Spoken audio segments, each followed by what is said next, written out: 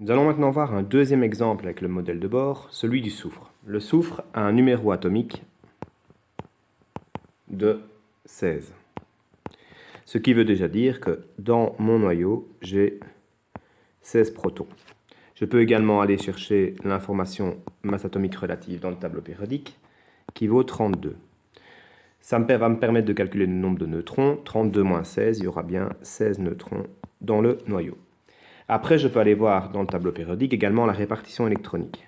Je remarque qu'il y a 2 électrons sur la couche K,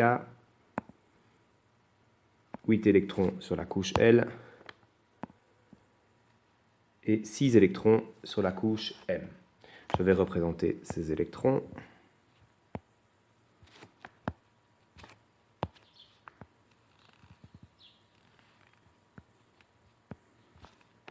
« 8 électrons sur la couche L. Et enfin, 6 électrons sur la couche M.